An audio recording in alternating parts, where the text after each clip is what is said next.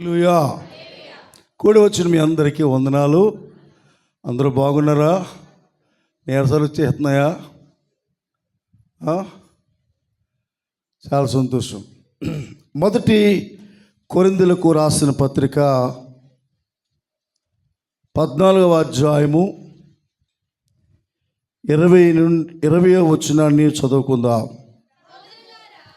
సహోదరులారా, మీరు బుద్ధి విషయమై పసిపిల్లలు కాక దుష్టత్వం విషయమై శిష్యులుగా ఉండుడి, బుద్ధి విషయమై పెద్దవారై ఉండుడి. దేవుడు తన పరిశుద్ధ వాక్యమును మన వినికిడిలో దీవించునుగాక. ఆమేన్. హల్లెలూయా.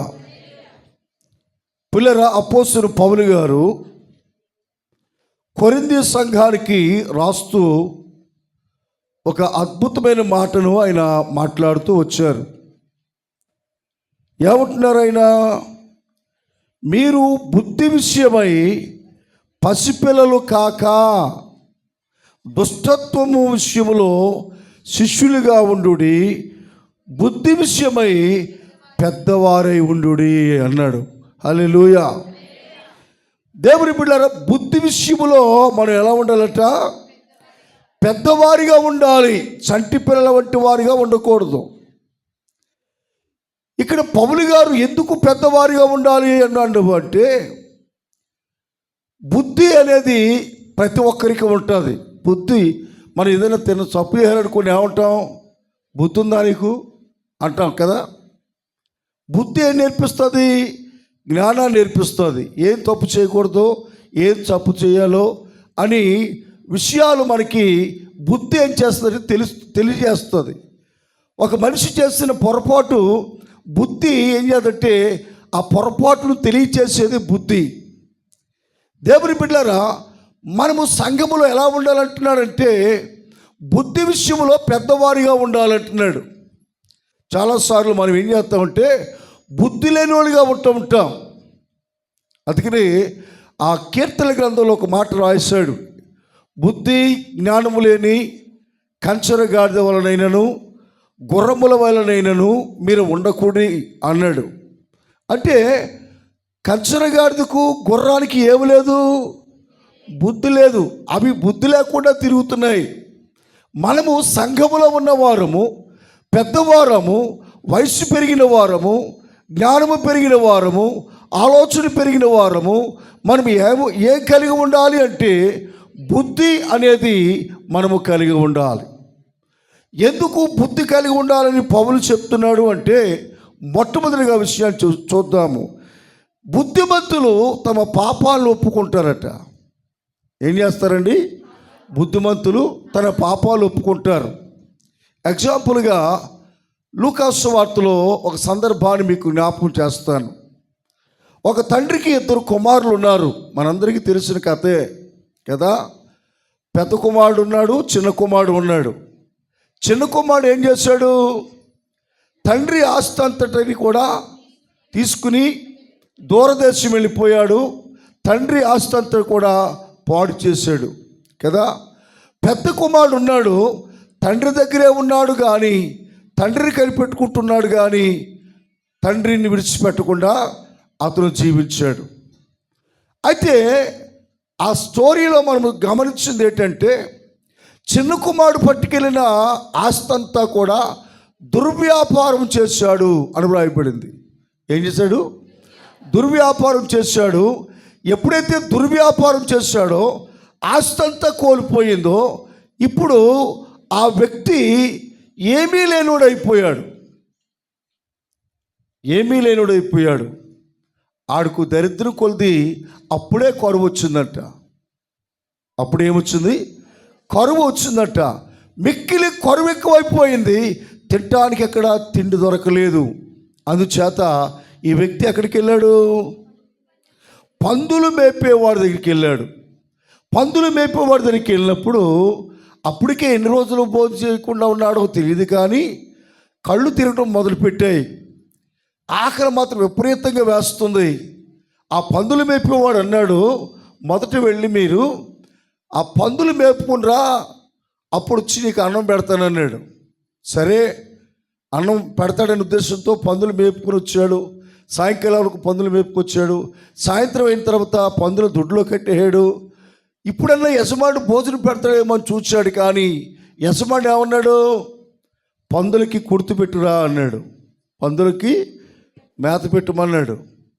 ఆ పందులు కుర్తు పెడుతూ ఉంటుంటే ఆకలికి తట్టుకోలేక ఆ కుర్తు లేక పందుల పొట్టి తిందామని ఆ తొట్టిలో మూతి పెట్టాడు. ఆ పందులు అతన్ని ఏం చేశాయి? గెంటి వేసాయి. అక్కడ ఒక అద్భుతమైన మాట మనము చదవగలం. చూడండి, ఆ లూకా సువార్త 15వ అధ్యాయము 17వ వచనం, 17వ వచనం చదవండి. అయితే అతడుకు బుద్ధి వచ్చినప్పుడు వాడు నా తండ్రి యొద్ద ఎంతో పనివారుగా ఉన్నారు, అన్నము సమృద్ధిగా ఉంది, నేనైతే ఇక్కడ ఆకలికి చచ్చిపోవచ్చున్నానని తనలో తాను అనుకున్నాడు. ఎప్పుడు అనుకున్నాడు? బుద్ధి వచ్చినప్పుడు. ఏమండి, బుద్ధి రానంతసేపు కూడా తండ్రి జ్ఞాపకం రాలేదు. బుద్ధి రానంతసేపు కూడా తండ్రి ఇల్లు జ్ఞాపకం రాలేదు. బుద్ధి రానంతసేపు కూడా తండ్రి దగ్గర దొరికే ఆహారము జ్ఞాపకం రాలేదు. ఎప్పుడైతే వచ్చిందో అప్పుడు ఏం జ్ఞాపకం వచ్చిందట?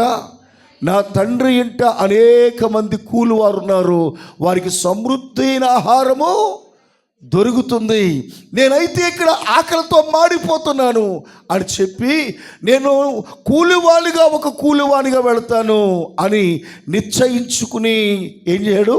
తండ్రి యొద్దకు వెళ్ళాడు. మంచిది పిల్లరా, తండ్రి దగ్గరికి వెళ్తే తండ్రి, ఎరా నీకు బుద్ధి ఉందా లేదురా, నన్ను కాదనుకుని వెళ్ళిపోయావు, నన్ను వదులుకొని వెళ్ళిపోయావు, ఆస్తిలో భాగము పంచుకుని వెళ్ళిపోయావు, ఇక నీకు నాకు సంబంధం ఏంటి అని అన్నాడా? చెప్పండి. అనలేదు. ఏం చేశాడు? ఎదురు చూచాడు. చాలాసార్లు నేను కూడా మన సంఘంలో వచ్చి మానేసి మన వేరే సంఘంలోకి వెళ్ళిపోయిన వాళ్ళు ఎప్పుడైనా ఫోన్ చేయాలనుకోండి, నేను ఏమనుకుంటానంటే, అయ్యగారు తప్పు అయిపోయిందండి, మీ గుళ్ళోకి వచ్చేస్తామండి అని కావచ్చు ఫోన్ చేస్తానని గబాలు ఎత్తుతాను. వాళ్ళు ఏమంటారు తెలుసా? అయ్యగారు ఫ్లెక్స్ పలానా చోట ఫ్లెక్స్ చూసామండి అయ్యగారు, చాలా బాగుందండి అయ్యగారు అంటాడు. ఏమండి, ఒకసారి మన సోదరుడు ఒక ఆయన 4 సార్లు ఫోన్ చేయడం, మీటింగ్లో ఉన్నాను నేను, ఎప్పుడు ఫోన్ చేయడు. ఎందుకు ఫోన్ చేయడం అనేదానికి నాకు వెంటనే లోపల చిన్న ఆశ కలిగింది. అంటే మన గుళ్ళోకి వస్తానని ఒకవేళ అడగటానికి ఫోన్ చేసాడేమో అనుకున్నాను నేను. అడిగితే ఫోన్ చేసి మళ్ళీ నాకు తీరుబడైన తర్వాత మళ్ళీ 4-5 సార్లు ఫోన్ చేస్తే అప్పుడు ఎత్తా అంటాడు, అయ్యగారండి మొన్న మీ ఫ్లెక్స్ చూశానండి పలానా చోట, చూసిగా నేను మా అయ్యగారు ఇక్కడ ఉన్నారో అనుకుని సంతోషమైందండి అన్నాడు. నీ మోకం సంతకాలు దానికే అంత తొందర ఎక్కువైపోయి 4-5 సార్లు ఫోన్ చేసేలా అని లోపల అనుకున్నాను, పైకి అనలేదు. అలాగనైనా స్తోత్రం బాబు, చాలా వందనాలు, నీకు బిజీగా ఉన్నాను, తర్వాత చేస్తాను బిడ్డేను. ఇంకా ఎందుకంటే పిల్లరా, నేను కన్న బిడ్డలాళ్ళు, నేను సువార్త ప్రకటించి దేవుళ్ళకి నడిపించిన బిడ్డలు, నేను బాప్తిస్మం ఇచ్చిన బిడ్డలు, ఏమండి దూరం అయిపోయారు, మళ్ళీ రావాలి అని ఎదురు చూసేవాడు తండ్రి, మనకు వద్దనుకునేవాడు తండ్రి కాదు, వాడు కసాయివాడు. దేవుని బిడ్డలారా, నేను ఆ వాక్యం చదివినప్పుడల్లా నేను అదే చూస్తూ ఉంటాను. మన పిల్లలు ఎక్కడైనా ఉండి అయ్యగారు అని పలికిస్తాడికి నాకు ఎంత హృదయం ఉప్పొంగిపోతూ ఉంటుంది. దేవుని బిడ్డలారా, తండ్రి కూడా కుమారుడు వచ్చిన తర్వాత ఆ తండ్రి ఏం చేశాడు? కౌగిలించుకుని ముద్దాడి, ఏమండి మురికి బట్టలతో ఉన్నాయి, దుర్వాసన వస్తుంది అని చూశాడా? లేదు. ఏమండి దేవుని బిడ్డలారా, కౌగిలించుకుని ముద్దాడి ఇంటికి తీసుకెళ్ళి స్నానం చేయించి క్షవరం చేయించి, ఏమండి కొత్త బట్టలు వేసి కొత్త జోడు తొడిగి మంచి ఉంగరం తొడిగి గొప్ప విందు చేశాడు. ఆ విందు చేసేటప్పుడు ఆ తండ్రితో అంటున్నాడు, తండ్రి నేను నీకును దేవునికి విరోధంగా నేను పాపం చేశాను. అంటే వాడు బుద్ధి వచ్చింది కనుక వాడు ఏం చేశాడు? పాపాన్ని ఒప్పుకున్నాడు. మీకు అర్థమవుతుందా? చాలాసార్లు మనం ఏం చేస్తామంటే నేను చేసిందే కరెక్ట్ అనుకుంటాం మనం. ఏమంటే ఒకడి ఉద్దేశం అంటే వాడికి కరెక్ట్గా అనిపిస్తుందట, కానీ అది కరెక్ట్ కాదు అని ఇతరులకు తెలుస్తుంది. కనుక పిల్లరా, బుద్ధి లేనోడు ఆ చిన్న కుమారుడు తండ్రి దగ్గర నుంచి వెళ్ళిపోవడం కరెక్ట్ అనుకున్నాడు. కానీ బుద్ధి వచ్చిన తర్వాత అతను ఏమంటున్నాడు? పాపములు ఒప్పుకుంటున్నాడు. ఏమని? తండ్రి, నీకును దేవునికిని విరోధంగా పాపము చేశాను అని ఒప్పుకోగానే తండ్రి అంటాడు, నాయనా నువ్వు చచ్చి బ్రతికావు, మళ్ళీ నా దగ్గరికి వచ్చావు, అదే చాలు అని తండ్రి గొప్ప విందు చేశాడు. అంటే పిల్లరా, బుద్ధి ఉన్నవారు ఎప్పుడు కూడా పాపాలను ఒప్పుకుంటారు. బుద్ధి లేనివాళ్ళు ఎప్పుడు కూడా పాపాలని ఒప్పుకోరు. చూడండి, ఫస్ట్లోనే ఒక విషయాన్ని జ్ఞాపకం చేస్తాను. ఆదాము అవ్వ ఇద్దరు కూడా ఏదైనా తోటలో ఉన్నారు, తప్పు చేశారు కదా. ఎవరు తప్పు చేశారు? అవ్వమ్మ తప్పు చేసింది. ఆ తప్పుని ఆదాము గారు సపోర్ట్ చేశాడు. ఇద్దరు బాగానే తప్పు చేశారు. దేవుడు వచ్చి అడిగినప్పుడు ఏమన్నాడు? ఇది ఎవరు చేశారు, ఇలా ఎందుకు చేశారంటే ఆదాము ఏమనాలి? నాయనా నాకేం తెలియదు నాయనా, నా భార్య తినమట్టి తిన్నాను అని అనాలి. కానీ అలాగన్నాడా? నువ్వు ఇచ్చావే స్త్రీని, ఆ స్త్రీయే నన్ను తినమని ప్రలోభ పెట్టింది, అందుకు తిన్నానని ఎవరిని పెట్టాడు? దేవుడి మీద పెట్టాడు నేరం. అంటే స్త్రీని ఇవ్వడం దేవుడు తప్ప? ఎప్పుడు కూడా తప్పు చేసినాడు బుకాయిస్తాడు. తప్పు చేసినాడు ఎప్పుడు కూడా ఏం చేస్తాడంటే ఎదురు తిరుగుతాడు. ఈరోజు దేవుని బిడ్డలారా, బుద్ధి ఉన్న ప్రతి వాడు కూడా పాపములు ఏం చేస్తాడు? ఒప్పుకుంటాడు. అది మొదటి విషయం. అందుకని పౌలు గారు సంఘములో ఉన్న ప్రతి వారిని కూడా దుష్టత్వ విషయంలో పసిపిల్లలుగా ఉండాలి, కానీ బుద్ధి విషయంలో మీరు ఎలా ఉండాలి? పెద్దవారిగా ఉండాలి. ఎందుకు పెద్దవారిగా ఉండాలంటే పెద్దవారు ఎప్పుడు కూడా ఏం చేస్తారు చెప్పండి? తప్పు ఒప్పుకుంటారు. అది మొదటి కారణం. రెండవ కారణాన్ని మనము జ్ఞాపకం చేసుకుంటే, దేవుని బిడ్డలారా, రెండవ కారణము మత్తయి సువార్త 7వ అధ్యాయము 24వ వచనాన్ని మనం చదివినట్లయితే అక్కడ రెండు ఇళ్ళు కనిపిస్తాయి. ఒకటి ఇసుక మీద కట్టబడిన ఇల్లు, రెండు బండ మీద కట్టబడిన ఇల్లు. బండ మీద కట్టబడిన ఇల్లు ఎలాంటిదంటే బుద్ధిమంతుని పోలి ఉన్నది అన్నాడు. ఎలా ఉంది చెప్పండి?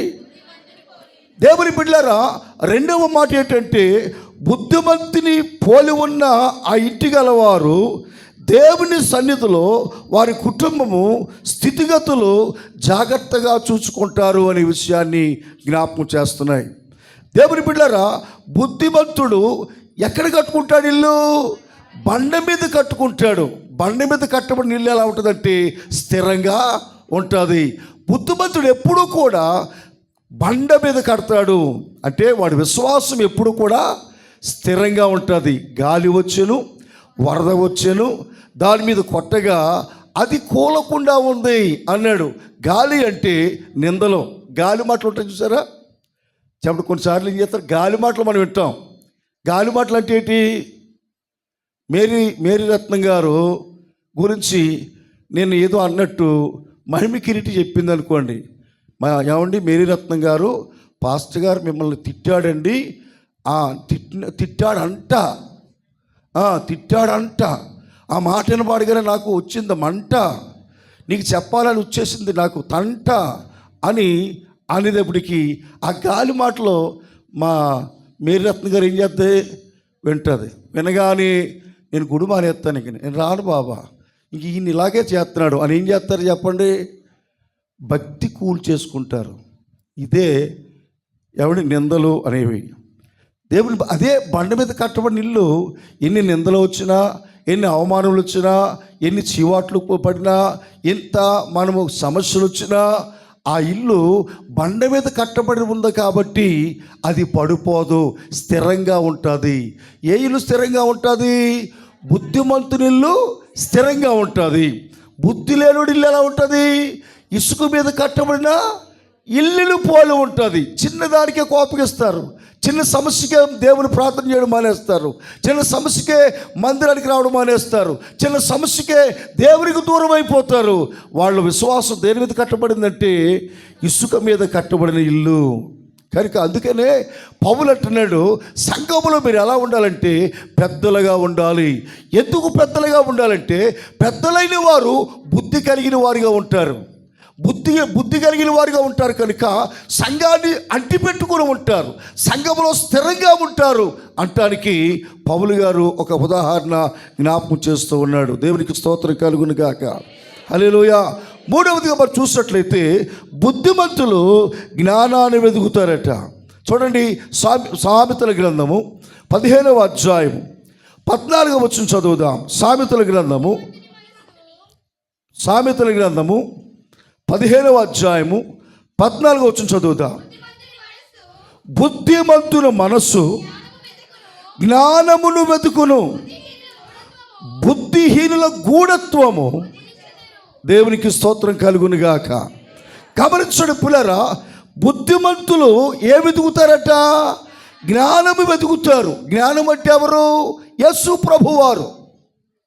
ఏమండి, ఎప్పుడైతే మనం బుద్ధి కలిగి ఉంటామో అప్పుడు దేన్ని వెతుకుతామో తెలుసా? దేవుని సన్నిధిని వెతుకుతాం. అందుకని దావీదు 122వ కీర్తనలు అంటాడు, యెహోవా మందిరమునకు వెళుదామని జనులు నాతో అడిగినప్పుడు నేను సంతోషించుతుని అన్నాడు. ఈ రాత్రి దేవుని బిడలారా, దేవుని సన్నిధిని వెతుకుతున్నావా? దేవుని వాక్యం అనే జ్ఞానాన్ని వెతుకుతున్నావా? అలాగ నువ్వు వెతికిన వాడుగా ఉంటే నీవు బుద్ధిమంతుడిగా ఉంటావు. దేవుని బిడ్డలారా, బుద్ధిమంతులు ఎప్పుడు కూడా లోకవార్తలు చెప్పుకోరు. బుద్ధిమంతులు ఎప్పుడు కూడా లేనిపోని మాటలు చెప్పుకోరు. బుద్ధిమంతులు ఎప్పుడు కూడా లోక విషయాల మీద తలంపులు పెట్టరు.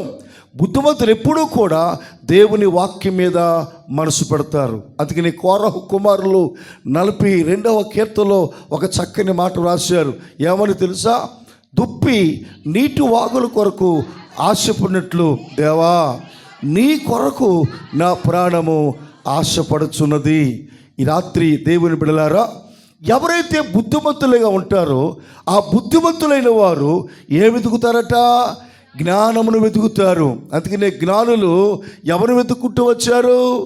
జ్ఞానము కలిగిన యేసు ప్రభువుని వెతుక్కుంటూ వచ్చారు. తూర్పు దేశం నుండి బెత్లెహేము వారు వెతుక్కుంటూ వచ్చారు.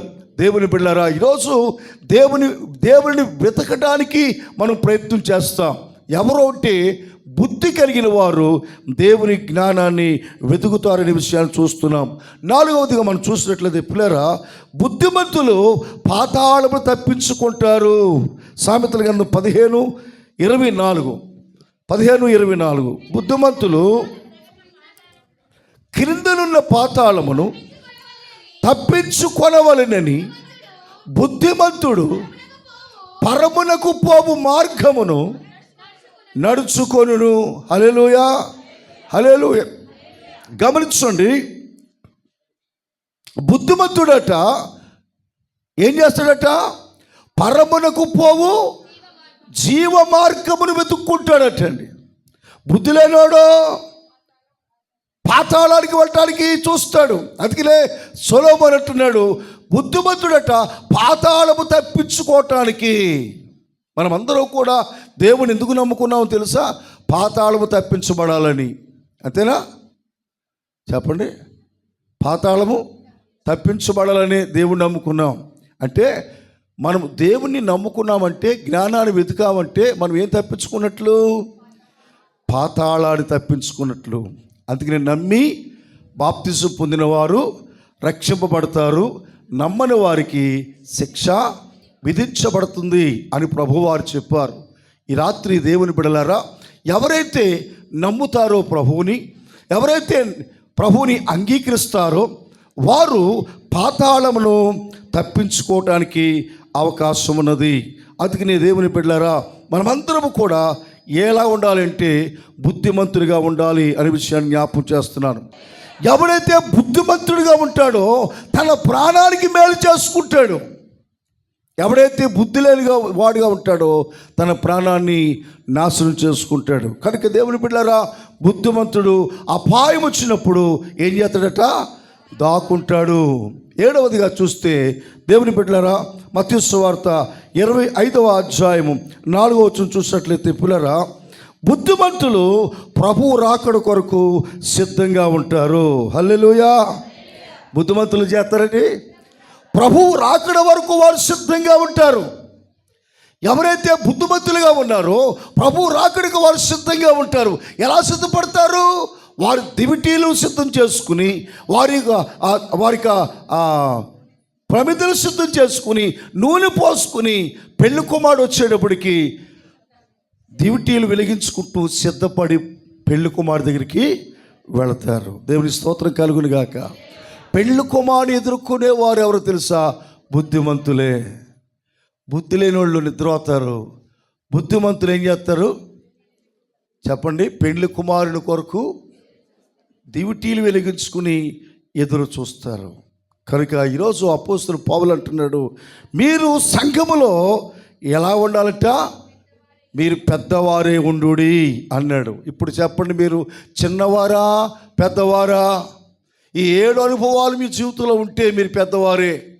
ఈ 7 అనుభవాలు మీరు లేకపోయినా, మీరు ఎద్దులా ఉన్నా కానీ బుద్ధి లేకపోతే సున్నా.